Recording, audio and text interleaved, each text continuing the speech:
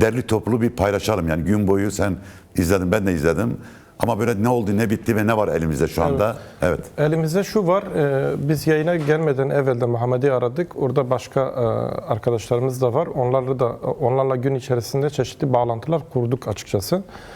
Gerek bir şekilde yani internet vardı, zaman zaman çıkıyordu ama son birkaç saattir hiçbir haber anlamıyor ve son haber aldığımızda özellikle Kobani yani Kobani'nin güney cephesinden, Sırrın cephesinden Kobani merkezine doğru bir saldırı vardı. Ve HTŞ, DAEŞ, Türkiye ittifakı yani bu blok Kobani merkezine yönelmek için yol üzerindeki orada küçük yerleşim yerlerini bombalıyorlardı uzaktan. Tabi orada yani Sırrın Kobani hattında bugün YPG ve YPC savaşçılarının çeşitli şekillerde yani gerek tünellerde ve gerekse de havadan müdahaleleri oldu. Ama son bilgiler şuydu ki bütün işaretler yani sahadaki emareler Kobani kent merkezine doğru gitmek. Tabii Kobani kent merkezine gitmek elbette ki o kadar kolay değil. Fakat Kobani kenti dışındaki yerler arazi bakımından hani çok böyle cephe savaşı yapılacak yerler değil. Onu söylemek gerekiyor. Sahadaki durum öyle. Özellikle de güney ve güneybatı istikametinde Kobani kent merkezine yönelik bir şey var. Bir saldırı var. Ve su, elektrik zaten kesilmiş, internet kesilmiş. Biraz evvel telefon yani irtibat şeylerimizi, mekanizmalarımızı denedik. Yine olmadı arkadaşlar. Şimdi yine halen Raşid'e deniyorlar. Kobani'den bir haber yok. Onu belirtmek gerekiyor. Fakat dünden itibaren oluşturulan hava şu. Şimdi birkaç veri var elimizde. Nedir bunlar? Bir, Kobani merkezine gitmek için özellikle Sırrın hattında, Çelebi hattında ilerlemek gerekir. O çete grupları için söylüyorum. Ve bir Tel Abyad tarafı var. Yani o doğu tarafı. Orada da bir kısım yani yerel bilgilere göre bir takım şeyler var. Bir hareketlilik oldu. Bu dünden beri oluyor ve Türkiye devleti SİHA'larla çetelerin sıkıştığı yerleri birkaç defa bombaladı ve SİHA'lar sürekli havada ve sürekli istihbarat veriyor. Bir bu. İkincisi işte obuz, top atışları falan zaten Türkiye'nin sınırın sıfır noktasında yapılıyor. İkincisi bu ve üçüncüsü de senin de az evvel söylediğin gibi yani o bilgiyi tekrar etmeyeceğim ama Urfa valisi, jandarma komutanı, özel bilmem ne komutanı, MİT'çiler yani sivil ve askeri bürokrasi bugün gitti Mürşit Pınar sınır kapısında bir toplantı yaptılar ve sonra döndüler. Şimdi burada şunu hatırlatayım. Belki bizi izleyen insanların çoğu da biliyor. Biz o zaman sen de hatırlarsın burada televizyonda birlikte takip ediyorduk. 25 Eylül 2014'te yine 2015. 2014'te evet. 2015'te kurtarıldı Kobani. Pardon, özür dilerim. Eylül. Evet, Eylül 2014'te Kobani'ye yönelik bu kuşatma varken işte her taraf IŞİD'in kontrolü altındaydı. IŞİD artık Sırrını, Karakozak'ı geçmişti ve bir baktık yine aynen o zamanki Urfa valisi kimdi hatırlamıyorum. Çok önemli değil. Urfa valisi, jandarma komutanı bilmem ne falan gittiler. Orada Mürşit Pınar'da bir toplantı yaptılar. Ve daha sonra aynen o az evvel Mezopotamya Haber Ajansı'nın geçtiği gibi sınıra tank, top, şu bu falan sevk ettiler. Ve daha sonra Birleşmiş Milletler bir çağrı yaptı ve Türkiye ona cevap verdi. Kobani'den gelecek insan gücüne biz hazırız dediler. Çünkü IŞİD'le organizeli olarak saldırı yapmışlardı. İnsanlar gidecek, onlara sığınacak vesaire. Sanki şey yapmışlar yani sanki onları sahiplenmişler gibi. O süreci tekrar anlatmayacağım ama oluşan mizansen aynıdır. Burada bir panik havası falan oluşturmak istemiyorum. Sahadaki rasyonel durum budur. Kanaatimce yani fikrim nedir? Şimdi yarın ne kadar bu gece Kobani etrafında biraz daha ilerlemek, biraz daha basınç oluşturmak istiyorlar. Ve muhtemelen yarın ya da ileride işte bir gece saatlerinde veya yarına kadar çeşitli çağrılar daha olabilir. Yani daha diplomatik anlamda yani Şam'dan veya Amerika'dan işte bak Kobani'de kuşatıldı. Dolayısıyla Şam'da Mazlum Abdi ve diğer SDG heyetinin reddettiği şartları kabul etmezseniz Kobani'ye gireriz. şeklinde bir dayatma olabilir. Olabilir, evet. Evet, bunun için bu gece sabaha kadar bu Kobani'ye yönelik basıncı artıracaklar. O kanaattayım. Yani Kobani cephesinde durum budur. Ve tabii ki orada şu bilgiyi de söylemiş olalım. Çünkü şu anda çok bilgi var. Çoğu insanlar çok meraklı. 350 bin insan yaşıyor Kobani. Yani Kobani merkezde 350 bin. Evet. Yani 350 bin insanımız şu anda böyle bir barbarlıkla karşı karşıya. Tabii bu yarın tabii Kobani açısından stratejik. Yani sen 24 saatin önemli olduğunu söyledin. Yarın sadece bir açıklamayla bu iş kotarılacak gibi gözükmüyor. Yani sanıyorum 2014 gibi bir nöbet tutma, bir halk hareketli olması gerekiyor değil mi yoksa? Yani Bakur tarafından Bakur tarafından tabii kesinlikle öyle. Hatta bence yarın bile geç. Bu sadece Kobani için değil, bütün her yer için geçerli. Çünkü şu anda Rojava'daki direniş için, Rojava'ya yönelik saldırılar için bir dakika, bir saat bile birçok konuda önemli. Onun için yani şu ana kadar bunu sadece Kobani için söylemiyorum, Nusaybin veya Başur veya Avrupa için söylemiyorum. Şu ana kadar son 3-4 gündür oluşan, daha doğrusu Halep'le birlikte oluşan bu tepkiler, protestolar, eylemler vesaire oluşan bu hava oldukça önemli, güçlü. Fakat şunu da kabul etmemiz gerekir ki bu çok güçlü ve çok değerli olmakla beraber şu anki bu tehlikeyi bertaraf edecek şeyde değil.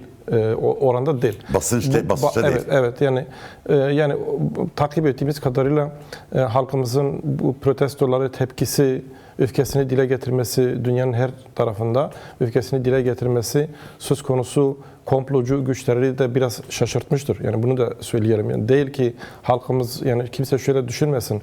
Bir yerde 3-5 kişi bile olsa bir protesto yaptığında, bir eylem yaptığında bunun bir anlam ifade etmediğini, bunun bir sonuca dönüşmeyeceğini kimse düşünmesin. Her şeyin bir değeri vardır. Her eylemin, her protestonun, her sloganın, her yürüyüşün, her adımın bir değeri vardır ve bunu edindiğim izlenim ve takip ettiğim kadarıyla işte çünkü uluslararası platformları da takip ediyoruz hepimiz, yani sen de biliyorsun. Bu yani biraz bu güçleri de şaşırtmıştır. Türkiye devletinin özellikle Tayyip Erdoğan'ın bugün konuşmasının satır aralarında da var. Yani ben dinlemedim aslında çünkü adamı dinlemek gerçekten insana biraz şey geliyor. Evet, sesi bile çok irite edici herifin. Evet, iş gereği mecbur biz o işkenceyi çekiyoruz hepimiz. Valla ben çekmek istemedim yani bugün. Sen yani aktar onun için söylüyorum. Evet, yani o bayrak vurgusunu özellikle dile getirmesi, yani işte bu sınırda sanki kendi bayrağı falan ve de yani Kürtlerin onuruna, haysiyetine dokunan, küçümseyen çeşitli ibareler kullanması aslında onun şeyidir. Yani o Kürtlerin içine düştüğü çıkmazı gösterdiği gibi Kürtlerin tepkisine duyduğu öfkeden de kaynaklıdır. Yani onlar şöyle bir şey düşünmüş olabilirler. Muhtemelen Türkiye bu komplocu çevrelere, güçlere, ilgili platformlarda düşündü. Merak etmeyin, biz bunu işte YPG ayrıdır, şu ayrıdır, bu ayrıdır diyerek işte Kürtlerin askeri ve siyasi iradelerini toplumdan koparırız ve dolayısıyla Kürt halkını manipüle ederiz. Ama tam tersi bir durum var. Tam tersi bir durum olması onları şu anda düşündürtüyor. Evet. Ve düşündürtüğü için de işte böyle dolaylı olarak çeşitli şekillerde ateşkesler oldu, bilmem ateşkes olacak şeklinde falan çeşitli böyle toplumu beklentiye sokacak. Bu saat toplum beklentisi sokmak değil, bir de uluslararası güçleri de devletleriyle o meseleyle alakalı olan. Yani tabii bir boyutu bu, bir boyutu senin söylediğin gibi başka boyutları da var elbette. Sahada hiçbir şey gerçek şey değil, yani bu açıklanan şeylerle örtüşmüyor. Sahadaki gerçeklik bambaşka bir şeydir. Biz az evvel Kobani'deki meseleyi söyledik. Ateşkes olsa bile, diyelim ki velev ki ateşkes var. Öyle bir durum yok. Kimse öyle bir yanılgıya girmesin. Ateşkes olsa bile sen binlerce, on binlerce DAEŞ'çiyi, HTŞ'ciyi getirmişsin Kobani sınırına, Haseke sınırına, bilmem işte başka küçük Tiltemir sınırına yerleştirmişsin. Yarın öbür gün saldırmayacağının ne şeyi var? Dolayısıyla herhangi bir açıklama, herhangi bir ateşkes, herhangi bir ne kararı çıksa bile bizim halk olarak, Kürtler olarak ve orada yaşayan halklar olarak ve dünyanın her yerinde yaşayan insanlar olarak o çetelerin o topraklardan Çıkarılması tekrardan gerekiyor. çıkarılmayana kadar bu tehlike karşısında dimdik durmamız lazım. Bunun başka bir şeyi yok. Kuşatma Evet, kırılmalı yani. kuşatma yani gelmişsin orada sanki bana bir yaşam alanı sunuyormuşsun gibi ukalaca, alçakça böyle bir de söylemlerde bulunuyorlar. Yani bir toplumu, bir halkı köşeye sıkıştırıyorsun. Sonra bak seni öldüreceğim, yarın öldüreceğim, bugün öldüreceğim, yarın öldüreceğim şeklinde bir de aşağılıyorsun. Dolayısıyla bizim şu anki beklentimiz ve toplum olarak isteğimiz, koşullarımız, yani kimsenin koşullarını, bu ölüm koşullarını seçmek zorunda değiliz. Bizim tek bir koşulumuz var. Bu işgalcilerin bizim topraklarımızdan gitmesi. Şimdi tabii bu Ahmet, bu büyük Kürt direnişi başvuruda büyük bir ayaklanma var başvuruda. Yani özellikle Suriye Demokratik Güçleri Şam'dan döndükten sonra bize teslimiyet dair, biz bu teslimiyeti kabul etmiyoruz. Direnmeye karar verdikten sonra gerçekten ben şahsen şaşırdım yani. Hani hepimizin şaşırdığı büyük bir halk direnişi oldu ve bu direniş devam ediyor. Yani bütün Başur Kürsan kentlerinde, köylerinde, kasabalarında binlerce, on binlerce, yüz binlerce insan hareket halinde ve büyük bir destek sunmaya çalışıyorlar. Bugün de aşiretler bir açıklama yaptı. Evet. Örneğin dedi ki Rojava düşerse Kürdistan düşmüş olur dediler. Maddi manevi ne gerekirse yapacağız dediler, yapmak zorundayız dediler. Buradan hareketle baktığımız zaman bu başvurdaki hareketi neye bağlıyoruz? Bunu neye bağlı? Pardon, bir soruyu tamamlayayım belki Evet, daha. pardon, özür dilerim. Yani Kürdistan Demokrat Partisi, Kürdistan Yurtseverler Birliği'nin, işte diğer partilerin, hareketlerin, sivil toplumun, kanat önderlerinin ortak bir sahiplenmesi var. Yani burada ortak bir tutum var. Yani hani böyle şey yok, ikircikli bir tavırdan bahsetmiyorum. Evet. Evet. Şimdi bu yani Kürt halkının özellikle başvuruda bu saldırının, bu komplonun Kürt halkının varlığına, Kürt ve Kürdistan'ın varlığına dönük bir komplo olduğunu ve dolayısıyla bunun sadece Rojava'daki Kürtler şahsında bir saldırı olmadığını ve başvuru da hedef aldığını, Rojava'yı da hedef aldığını, Bakur'un zaten hedefte olduğunun idrak edilmesidir. Evet. Toplum bunu idrak etmiştir. Ve çünkü başvuruda sonuçta asayiş, o siyasi otorite Kürtlerin kontrolünde ve dolayısıyla başvuruda herhangi bir protesto, bir eylem yapmak için herhangi bir işte gidip sömürgeci bir devletten izin almak zorunda değilsin. Dolayısıyla aslında başvuru halkımız bence önümüzdeki günlerde daha fazla yoğun bir şekilde bu sürece katılacak. Şunu net olarak söyleyelim. Ama bırak bir kendiliğinden bir evet, şey. Bu şöyle, şimdi başvurudaki medyanın da rolünü burada teslim etmek lazım. Yani başvuruda bu bir sezgi de olabilir, bir bilgi veya ama daha çok bir temenni olarak söylemek istiyorum. Daha çok bir temenni olarak bunu söylüyorum ki ve umuyorum ki başvurudaki siyasi otoriteler bunun gerçekten de Kürt halkının varlığına dönük olduğunu, dolayısıyla Rojava'da planlanan kırılmanın yarın öbür gün Duhok'ta da, Hevler'de de planlandığını ve bunun çok geç bir tarih için olmadığını söylemek istiyorum. Şimdi bunun için sahadaki Rojava'yı ezerlerse sıradaki... belki evet. Hani o zaman bu fotoğraf, yani genel fotoğrafın neresine oturuyor şeklinde evet. Belki senin soruna katkı sunmuş olayım. Şimdi mesela Trump ne söyledi için, yani birkaç dakika alabilir bu meseleyi bağlamak için, evet. Eğer zamanı varsa. Var zamanı. Trump ne söyledi dün? Dedi ki biz dedi niye dedi Suriye'de işte bu elemanı getirdik o eleman demedi. Dedi ki uslu bir çocuğu getirip oraya koyamazdık evet, yani. Evet dedi, temiz birini temiz de. Yani kafa kesen, evet, katil birisi getirmek zorundaydı. O Jolani'nin nasıl biri olduğunun itirafı gibi ama orada evet. Başka bir şey var. Şimdi soru şudur. Gerçekten de Amerika sırf canı sıkıldı diye mi Esad'ı devirdi, Kürtlere ihanet etti, yani Kürtleri IŞİD'le bugün tekrar IŞİD'e karşı Kürtlerle koalisyon kurdu değil mi? Evet. Şimdi IŞİD'i Kürtlere musallat ediyor. Yani niye bunu yapıyor? Bu bir ajandadır. Niye bunu yapıyor? Bu soruyu sorgulamamız lazım. Esas bu soruyu anladığımızda bu meseleyi çözmüş olacağız. Çünkü Suriye, ben evvelindeki Lübnan, Hizbullah, Hamas falan söylemiyorum. Suriye Sünnileştiriliyor. Sünnileştiriliyor. Yani Sünnileştiriliyor derken siyasal İslam'a, cihadistçılara bir Sünni ordusu kuruluyor. Militarist, merkezi, otoriter, diktatöryel bir Suriye. Ve bu Suriye... Selefist bir Suriye. Evet, Selefist bir Suriye. Yani bir Suriye Arap ordusu, Sünni, radikal.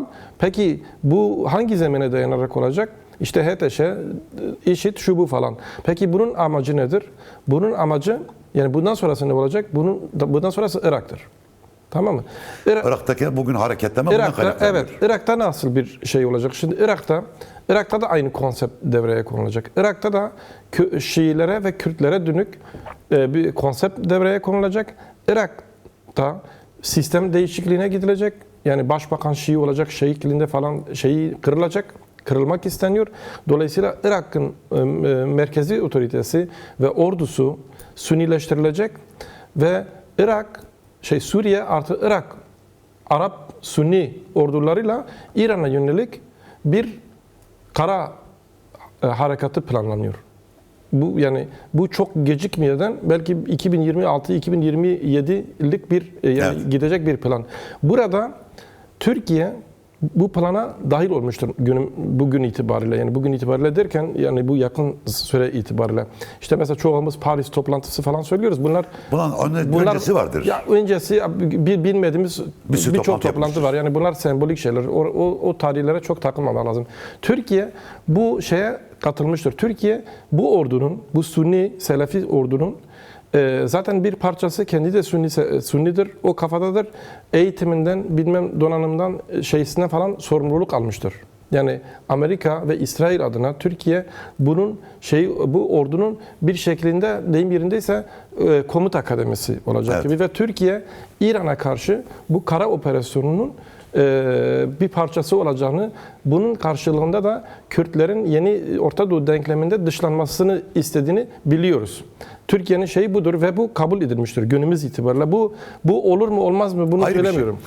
Ama Ve burada, konsept bu diyorsun yani. Konsept budur. Burada başka şeyler de, başka doneleri de eklediğimizde şeyi görürüz. Trump'ın son 3-5 aydır açıklamalarına bakın, Türkiye'ye ilişkin, Erdoğan'a ilişkin. Benim çok iyi arkadaşım, şu bu falan çok Dostumdur sevdim. Erdoğan. Ve çok güçlü ordusu var. Çok güçlü ordusu var lafını. Trump son 5 ayda Belki 5 kez değil 10 kez kullandı. evet. Bunu niye söyledi yani? Yani sürekli bir ordunun, bir güçlü ordusunun olduğundan bahsetmesi bir planın şeysidir ve bu plan bugün anlaşılıyor. Evet. Şimdi ve başka bir konu daha, Trump'ın biz karar verdim İran'ı vurmayacağım şeklindeki şeyi de bununla ilgili. Yani çünkü Amerika şu sonuca vardı Heval Cahit. Amerika dedi ki biz dedi bu işte zaman zaman vurmakla, işte 12 gün savaşı Haziran 2025'te olduğu gibi İran'ı böyle şey yapamayız, kontrol edemeyiz. Dolayısıyla İran'a karşı bir kara hareketi gerekir. Amerika 2013 gibi Irak'a kendi askerleriyle bir operasyonu tekrar Orta Doğu'da yapmasını gerekli görmüyor. Trump doktrini budur. Yani ekibinin Amerika askerleri gidip orada öleceğine Sünni Araplar ölsün ve Kürtler de arada kurban olsun. Dolayısıyla bu denklemde şöyle bir durumla karşı karşıyayız. Kürtlerin tamamen tasfiye edilmesi. Sadece bunun Rojava ile ilgili değil. Bunun bütünüyle Kürt özgürlük hareketiyle KDP'nin de YNK'nin de tasfiye edilmesi, Irak Federal Kürdistan Bölgesi başvurudaki statünün de lağvedilmesini içine alan bir planlamadır. Evet. Ve kanaatimce ve yine söylüyorum, umuyorum ki bu görülmüştür. Ben bunun kısmen görülmesinden kaynaklı olarak başvuruda bu kadar tepkilerde Yani ben oluştuğunu... bugün bunun görüldüğünü şöyle biraz da hissettim. Sayın Mesut Barzani bugün Vatikan'da görüştü, Papa'yla görüştü. Yani oradaki cümlelere baktığımız zaman böyle bir tehlikenin olduğunu hissediliyoruz. Yani Evet. yani Şimdi burada işte biz Kürtlerin arkasında durun, Kürtlere yardım edin, Kürtlerin meşru haklarının ortadan kaldırılmasına müsaade etmeyin yönündeki çağrısı aslında böyle bir tehlikenin şu ve bu şekilde düzeyini bilemiyorum ama Federal Kürdistan yöneticileri tarafından da görüldüğü ve hissedildiğini düşünüyorum. Evet. Evet. Şimdi bu tabloya baktığımızda akla şu geliyor. O zaman Kürtler buna karşı ne yapmalı? Yani nasıl bir tutum? Yani Kürtler tamam bunların bu bölgesel ve küresel güçlerin planı budur. Ama evet, Kürtler bunu nasıl yıkabilir? Yani bu da artık Kürtlere de şu anda tarih şunu dayatıyor.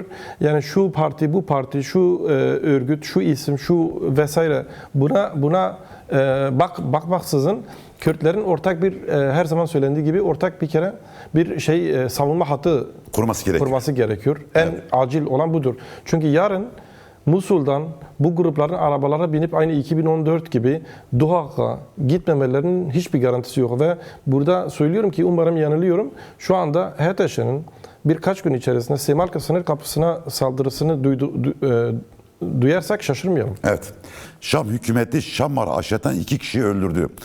Şam hükümeti saptana geçen Şammar aşireti ile çeteler arasında çatışma çıktı. Bu çatışmada 2 kişinin öldürüldüğü söyleniyor.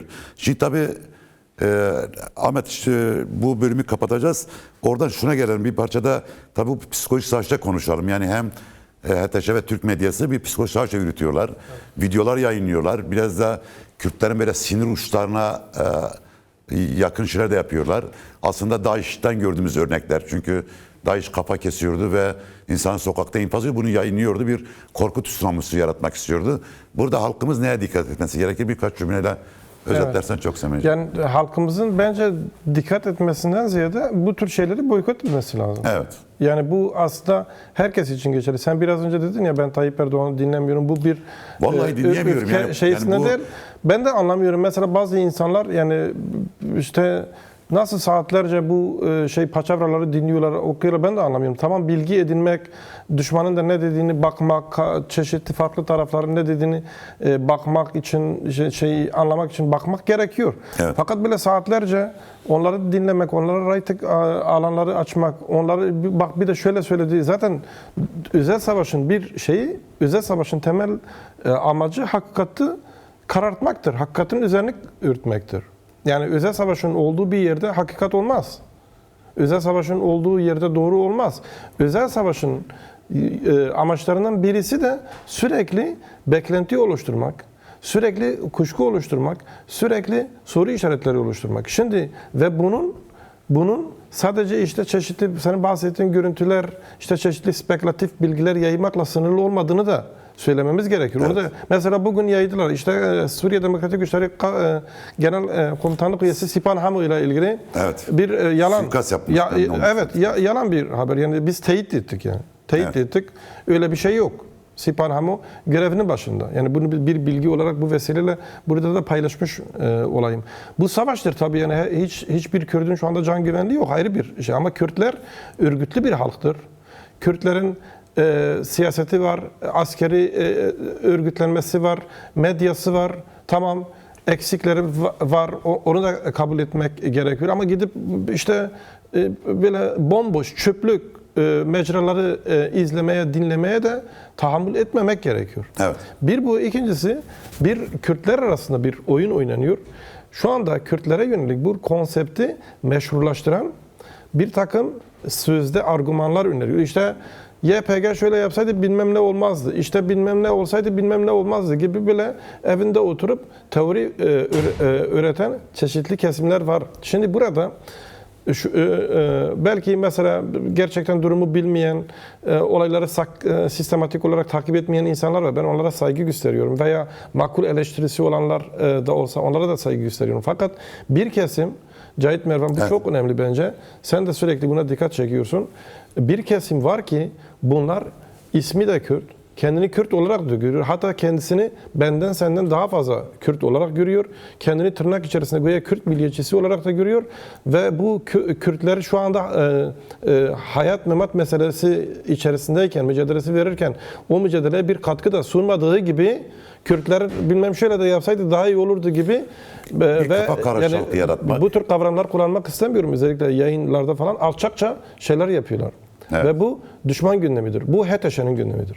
Evet. Bu Tayyip Erdoğan'ın gündemidir. Bunu her kim yapıyorsa, bunu her kim buna itibar kazandırıyorsa Tayyip Erdoğan'ın, HTŞ'nin, Jolani'nin ajandasını, gündeme getirmiş oluyor. Evet, aslında bugün Bahtiyar Ali yani bu Kürtlerin çağdaş edebiyatında en öncü yazarlarından bir tanesi, romancı. Güney Kürdistan'da bugün Amigra dergisinde çok çarpıcı bir yazı kalem almış. Tam da Amargi'ye mi yazmış? Amargi. Çok çarpıcı bir yazı kalem almış. Yani neden Roja Derun'a saldırıyor? Neden Mazlum Abdi hayır dedi? Bu hayır neye tekabül ediyor? Neden bu stratejik bir meseledir? Ve yazısı şöyle tamamlamış. Kürtlerin karşı karşıya olduğu tehlike geçici veya kısa süreli değildir. Kürdistan'ın tehlike çemberinden çıktığını düşünen herhangi bir insan korkunç bir stratejik hata yapmaktadır. Evet. Yani burada saldırının bir ideolojiye, bir gruba, bir harekete değil. Yani genel olarak Kürtler'e bir saldırıda dikkat çekiyor. Kürt varlığına yönelik tehdit varoluşsaldır. Evet. Ve bununla yüzleşmek de varoluşsaldır. Stratejik bir yüzleşme olmalıdır. Yani bu şu anda içinde bulunduğu durumla ilgili. Bu nedenle tabii bu tür böyle keskin Kürtçülük yaptığını düşünen, bizden daha fazla Kürt olduğunu düşünen olabilir, bizden daha fazla Kürt olabilir. Ama elini taşın altına koymayan, bu mücadeleye sahip çıkmayan, Kürdistan'ın bu zaman varoluşsal tehdidi karşısında bir tavır içinde olmayan, bir tas su vermeyen insanların oturup insanın kafasını karışması gerçekten alçakça. Bunu söylemek gerekir yani, kusura bakmasın kimse. Evet. Lütfen o linki bana da atar mısın? Ben çünkü okuyamadım, okuyacağım. Ve şöyle bir durum da var. Çünkü özel savaşın amaçlarından birisi de senin kendi evin veya mahallen içerisinde kargaşa çıkarmak, birbirini suçlamak. Hatta ben bazı şeylerin bile zamanı olmadığını düşünüyorum. Yani tartışmaların doğru olan eleştirinin bile onun zamanı der ki senin boynuna kılıçla yemiş, birazdan seni keserim diyor. Sen diyorsun bilmem ne falan falan hikaye anlatıyorsun. Bu konuda bir refleks geliştirmezsen veya geliştirilen reflekse dahil olmasan, söylediğin doğru veya yanlışın hiçbir önemi yok. Yanlış da doğrudur, doğru da yanlış oluyor o zaman. Onun için buna o kadar fazla bence zaman da ayırmaya gerekiyor ama sen özel savaş şeyine... Bu önemlidir çünkü şimdi bir taraftan düşmanın yani açık psikolojik savaşı var. Bir taraftan da bu tür kişilerin kamuoyu, dijital medya üzerinden insanların kafası karıştırma hikayesi var. Bir taraftan... Bir örnek vereyim tabii. Evet. Şimdi seni insan yerine koymuyor bir kere. Evet. Şimdi bak biz savaştayız. Yani bize bir savaş dayatılmış halk olarak. Evet. Biz burada gazeteciyiz. Savaş derken elimizde silah falan yok. Ama bütün hepimizin varlığına bir tehdittir yani. Bizim şimdi halkımız olmadıktan sonra benim senin gazeteciliğin ne önemi var? Canı cehenneme o gazeteciliğin veya o siyasetin veya o belediyenin veya o mühendisliğin veya o doktorluğun veya bu bilmem her neyse artık. Yani biz toplum olarak, halk olarak var olmadıktan sonra kişi olarak, birey olarak veya üzerimizdeki etiket olarak, meslek olarak hiçbir şeyiz. Bunu bir kere daha idrak etmemiz gerekiyor. Yani hepimizin. Yani elbette ki herkes bunun farkında ama bu farkında olmak ayrı, buna göre tepki göstermek ayrıdır. Ve de burada şöyle bir durumla karşı karşıyayız. Şimdi mesela bizler işte bir takım şeyler tamam. Dicle Ahmet Kobani'den birazdan tamam. Kobani ile bağlantı. Okey, Kobani'den bir bağlantı olacak birazdan. Buyur evet, Ahmet. Kobani ile bağlantı belki arkadaşlar biz yayının başında demiştik ya deniyorlar umarım. Tamam. Buyur devam et arkadaşlar olunca. Bağlantı yok şu anda. Bağlantı yani işte o kesimlerin bir yandan dediğin gibi yani işte çok kale de almamak lazım ama bir yandan da yani ben hani böyle birisi evinde düşünmüş de böyle bir şey söylemiş gibi böyle masum da bakmıyorum. Bence şu anda bu minvalde Ahmet birkaç cümleyle bitirelim bu bölümü. Yani zaten Dicle söyledi Kobani'deki durumu. Aslında ilk başta programın açılışında sen de aktardın Mezopotamya Ajansı'ndaki bilgilerle birlikte ve gün boyu edindiğimiz bilgileri tamamlıyor. Şu anda dikkat ederseniz zaten bağlantı da kesildi. Arkadaşlar muhtemelen tekrar deniyorlar. Belki zaman zaman bağlantı kurulabilir. Fakat bağlantının bir şekilde kurulmuş olması Kobani'deki kuşatmanın olmadığı, gevşediği falan anlamına gelmiyor. Bu belki bir takım teknik iletişimlerle bilgi alınabilir ama Kobani, Dicle'nin de söylediği gibi şu anda dört bir yandan kuşatma altında ve Türkiye'nin şu anda arada ben de haberlere baktım. Sadece tank, top falan değil. Türkiye sınıra asker de göndermiş. Evet, yani sınıra asker de yerleştirmiş ve şu anda... Yani oradan Kobani'ye girme ihtimalleri var. Belki yani. Kobani'ye... Türkiye'nin bu konuda konsepti şudur. Türkiye... Sanki insanı yardım yapacakmış gibi. İnsanı yardım... Zaten onu da yapmak istiyor. Sanki bu savaş, sanki IŞİD'le, işte Arap aşiretleri, Şam yönetimiyle YPG arasındaki bir şeymiş gibi. Yani esasında bu Türkiye'nin savaşıdır. Bu Türkiye'nin Kürtlere karşı ilan ettiği bir savaştır. Türkiye onun için kendi askerini doğrudan göndermez. Ama şu anda on binlerce çete hareketli ve Türk askerleri de belki ilk mevzide değil, ön mevzide değil. Ama koordine ediyorlar. Yani işte bunları şey gibi sahaya sürüyorlar ve koordine ediyorlar. Yani askeri planlaması Türkler yapıyor. Evet. Ve keşifler de devrede. Zaten dün mesela bir Türk zırhlı aracı yakalandı orada falan. Mesela Serekaniye'de dün gece bir şey yaptılar, cephane sevkiyatı yaptılar Ceylanpınar'dan. Niye? Çünkü Tiltemir Tilhamiz istikametinde de bir şey açarak, bir yol Cephe açarak, açar, evet. bir cephe açarak, orada kendileri için bir koridor açarak Kamışlı Haseki arasındaki yolu kontrole almak ve böylece Kamışlı ile Haseki birbirine izole etmek istiyorlar şu anda. Çok teşekkürler Ahmet Ben Dicle. teşekkür Çok sağ ol. Teşekkürler. Sevgili izleyiciler,